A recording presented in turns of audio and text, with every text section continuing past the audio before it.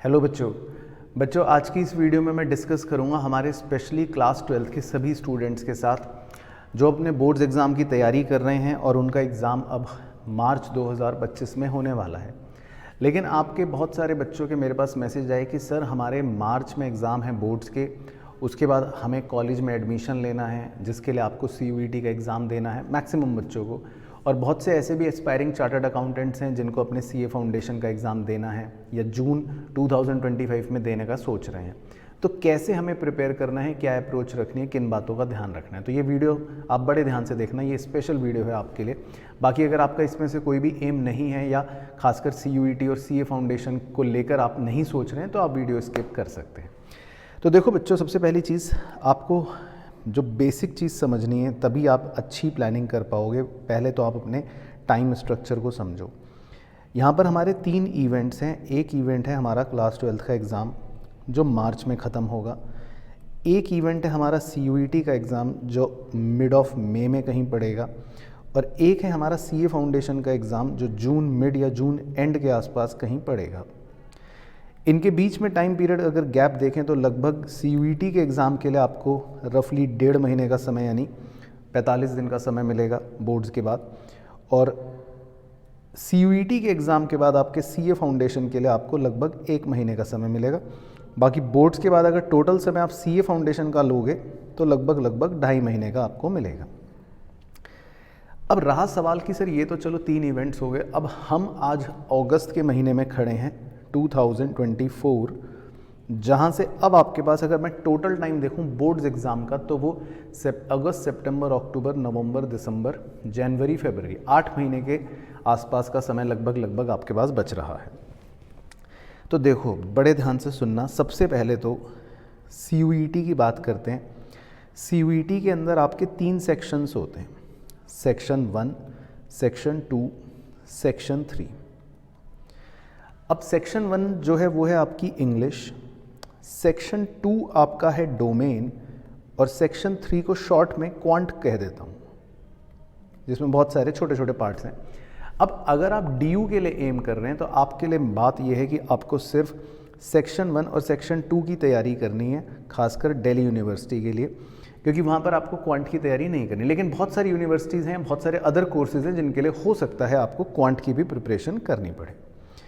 अब इसमें अगर लॉजिकली बात करी जाए तो डोमेन जो आपका सेक्शन 2 है वो आपका पूरा क्लास 12th का ही है, थोड़ा बहुत हल्का फुल्का पोर्शन क्लास 11th का है, लेकिन वो आप अपने आप मैनेज कर सकते हो। तो उस पर तो आपको अलग से कुछ ज़्यादा फोकस अभी करने की ज़रूरत नहीं है। आप अपनी नॉर्मल क्लास 12th की पढ़ाई करो। बस इसकी प्रिपरेशन के लिए, सेक्शन 2 की प्रिपरेशन के लिए आपको क्या ऐड करना है, कोशिश करो हर चैप्टर के आप MCQ भी सॉल्व कर लो। हर चैप्टर के MCQ सॉल्व कर लोगे तो उससे आपके एक तो क्लास 12th की उस चैप्टर की तैयारी और अच्छी हो जाएगी, और लगे हाथ CUET के सेक्शन 2 की भी आप एक बेसिक तैयारी कर लोगे। अभी उससे ज़्यादा करने की ज़रूरत नहीं। लेकिन जो सेक्शन 1 है आपका इंग्लिश का पोर्शन है, उसमें कुछ एडिशनल चीज़ें होती हैं, पैटर्न थोड़ा सा अलग होता है जो आपके नॉर्मल क्लास 12th के इंग्लिश की पढ़ाई से आप थोड़ा हट के कह सकते हो। तो उसके लिए आप अभी थोड़ा सा रिसर्च कर सकते हो कि कौन सी ऐसी चीज़ें हैं जो आप पढ़ सकते हो एडिशनली, वो भी अगर आपके पास टाइम है तो। अदरवाइज़ वो अभी ज़्यादा करने की ज़रूरत नहीं भी है, आप चाहो तो बोर्ड्स के बाद भी उस पर फोकस कर सकते हो। ये तो हो गया उनके लिए जिन्हें सिर्फ DU में ही एम करना है। लेकिन अगर आपका इरादा कुछ और है तो वो आप अपने कोर्स और अपनी यूनिवर्सिटी के हिसाब से चेक कर सकते हैं इंटरनेट पर, जिसमें अगर सेक्शन 3 यानी कि क्वांट के सेक्शन भी आपके एंट्रेंस में आ रहे हैं तो इसके लिए आपको प्रिपरेशन करनी चाहिए, और उसका एडिक्वेट समय ऑब्वियसली जितना जल्दी हो इतना बढ़िया। आप अपनी वीकेंड में इसकी तैयारी कर सकते हो। तो अगर आपके पास नज़दीकी कोई ट्यूशन है या कहीं से अगर आप क्लासेस ले सकते हैं तो वो ऑप्शन आपके पास अवेलेबल है, और अदरवाइज़ आपको सेल्फ स्टडी भी अगर करना है तो इनका मटेरियल अभी से इकट्ठा करके अभी से हफ्ते में 2 दिन इनको देना शुरू कर सकते हैं। तो ये तो हो गया आपका CUET का। अब आते हैं CA फाउंडेशन पर। CA फाउंडेशन में आप अभी क्या करेंगे इस चीज़ को भी अच्छे से समझ लें। CA फाउंडेशन में होते हैं आपके total 4 papers. Paper 1 accounts, paper 2 law, paper 3 quantitative aptitude और पेपर 4 इकोनॉमिक्स। आपको सिंपल क्या करना है, इन चारों पेपर्स में लॉ को अभी आप छोड़ देना क्योंकि ये पूरी तरह से नया है। बचे हुए 3 पेपर्स में आपको सिर्फ वो पोर्शंस अभी कवर करने हैं जो आपने 11th में या 12th में पढ़ लिए हैं या पढ़ लोगे, ताकि आप लगभग 40% अपनी कवरेज कर लोगे अपनी इसी पढ़ाई के अंदर जो पढ़ रहे हो या जो पढ़ कर आए हो, तो आपको ज़्यादा एफर्ट नहीं लगेगा। और स्लोली एंड ग्रेजुअली जब आप धीरे धीरे आगे बढ़ो तो हफ्ते में एक दिन आप एडिशनली उस सब्जेक्ट को या उस पोर्शन को दो जो नया है।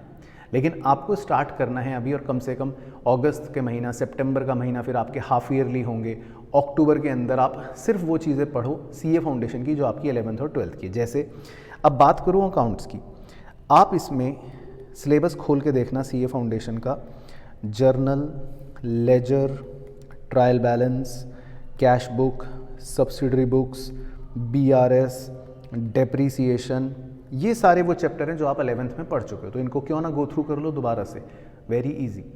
इसके अलावा क्लास 12th की बात करूं तो पार्टनरशिप और कंपनी अकाउंट्स, ये 2 चैप्टर आपके क्लास 12th के, अगर ये पढ़ लिया तो ये इनको देख सकते हो। अब इसकी तैयारी के लिए ऑब्वियसली आपके पास अगेन 2 ऑप्शन है, आप चाहो तो अभी से कोचिंग ले सकते हो, क्लासेस ले सकते हो, और अदरवाइज आईसीआई का मटेरियल फ्री डाउनलोड आप कर सकते हो और उनसे पढ़ सकते हो। और अगर आपको सीए फाउंडेशन की तैयारी यूट्यूब चैनल से करनी है तो मैंने आपको पहले भी बताया है कि जो मेरा दूसरा चैनल है सीए पराग गुप्ता 2.0, आप उसको फॉलो कर लो। वहाँ पर आपको सीए फाउंडेशन की ही सारी वीडियोस मिलेंगी, वहाँ से भी आप पढ़ाई कर सकते हो।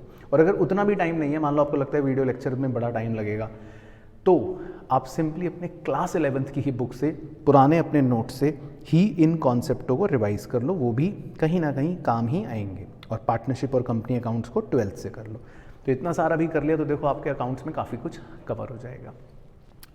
इसी तरह क्वांटिटेटिव एप्टीट्यूड, इसमें आपको पता है क्लास 10th की थोड़ी सी लॉजिकल रीजनिंग, थोड़ी सी क्लास 11th की, और अगर आपके पास क्लास 12th में भी पढ़ाई कर ली है तो उसकी मैथ्स मिक्स है। अब अगर आप नॉन मैथ्स स्टूडेंट हो तो आप फोकस करो कुछ ऐसे चैप्टर्स पर जैसे इक्वेशन और लॉजिकल रीजनिंग जो बहुत आसान है, तो आपके 30 नंबर की कवरेज हो जाएगी। और अगर आप विद मैथ्स वाले स्टूडेंट तो आप क्लास 11th के भी कुछ चैप्टर हैं वो भी कवर कर सकते हो साथ साथ, तो आप तो 40-50 नंबर की कवरेज कर लोगे। बस कुछ नहीं करना, उसी को रिवाइज करना है कॉन्सेप्ट्स को, आईसीए का मटेरियल देख सकते हो, और अदरवाइज हमारे यूट्यूब चैनल पर अली सर ने पढ़ा रखा है, आप उन वीडियोज़ को रेफर कर सकते हो, सारे ऑप्शन आपके पास अवेलेबल हैं। इकोनॉमिक्स, सर क्लास 11th का पूरा माइक्रो इकोनॉमिक्स या तो मेरे इसी चैनल से रिवाइज कर लो, 11th वाली ही वीडियोस देख लो, आपके सारे फंडे क्लियर हो जाएंगे। पूरी की पूरी micro economics as it is है सीए फाउंडेशन के अंदर, फंडे क्लियर करने के लिए। और अगर आप 12th में आ चुके हो और 12th में आपने मैक्रो इकोनॉमिक्स में खासकर 2 चैप्टर्स पढ़ लिए हैं, नेशनल इनकम और determination of income and employment, तो ये भी सीए फाउंडेशन में आता है, आप इनको पढ़ लो। बचेंगे सिर्फ 3 या 4 नए चैप्टर्स, उनको आप बाद में कवर कर लेना। तो इकोनॉमिक्स की भी आप तैयारी साथ साथ कर सकते हो, लगभग आपका 50-60 मार्क्स का कवर हो जाएगा सिर्फ इन्हीं चीज़ों में। तो अभी के फोकस करने के लिए आपको सिर्फ सीए फाउंडेशन में इस बात का ध्यान रखना है। अब इसको करना कैसे है, देखो प्लानर आपको बनाना है, लेकिन टाइम इवेंट्स ध्यान रखने।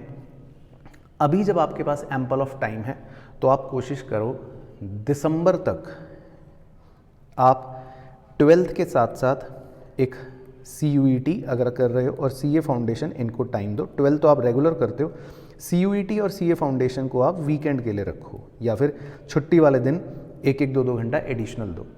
लेकिन उसके बाद आप पूरा फोकस अपने क्लास 12th पर ही करना ऑब्वियसली, क्योंकि बोर्ड्स की तैयारी है, प्री बोर्ड्स होंगे जनवरी में, फरवरी से बोर्ड्स तैयार हो जाएंगे स्टार्ट, मार्च तक वो चलेंगे।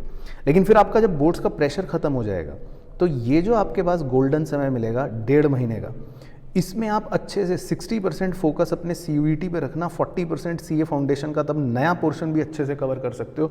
और लास्ट के जो 1 महीने आपको मिलेंगे उस पर तो आपको पता ही है 100% फोकस सिर्फ CA फाउंडेशन पर करना, बाकी जो पहले पढ़ चुके होंगे वो तो सिर्फ रिवाइज करना है।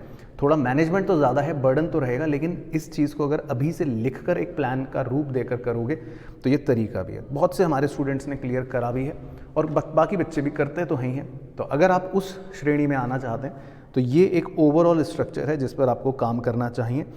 इन बातों का ध्यान रखना है, क्या पढ़ना है वो इम्पॉर्टेंट है, कहाँ से पढ़ना है वो इम्पॉर्टेंट है, प्लस उन बातों को अपने रोज़मर्रा के टाइम टेबल में इनकॉर्पोरेट करना है। तो इस पूरी प्लानिंग को आप ज़रूर फॉलो करना। बाकी कोई भी डाउट हो, कोई भी चीज़ आपके मन में हो तो नीचे कमेंट में मुझे ज़रूर बताना। और हाँ, वीडियो को शेयर ज़रूर कर देना, पसंद आई तो लाइक करना, नहीं पसंद आई तो मत लाइक करना, जो भी कहना चाहते हो नीचे कमेंट में कह देना, लेकिन हाँ शेयर ज़रूर कर देना अपने सारे बच्चों के साथ, अपने दोस्तों के साथ क्लास 12th के। बाकी मुलाकात करता हूँ आपसे नेक्स्ट वीडियो में, तब तक अपना ध्यान रखें। Bye bye, take care, see you soon.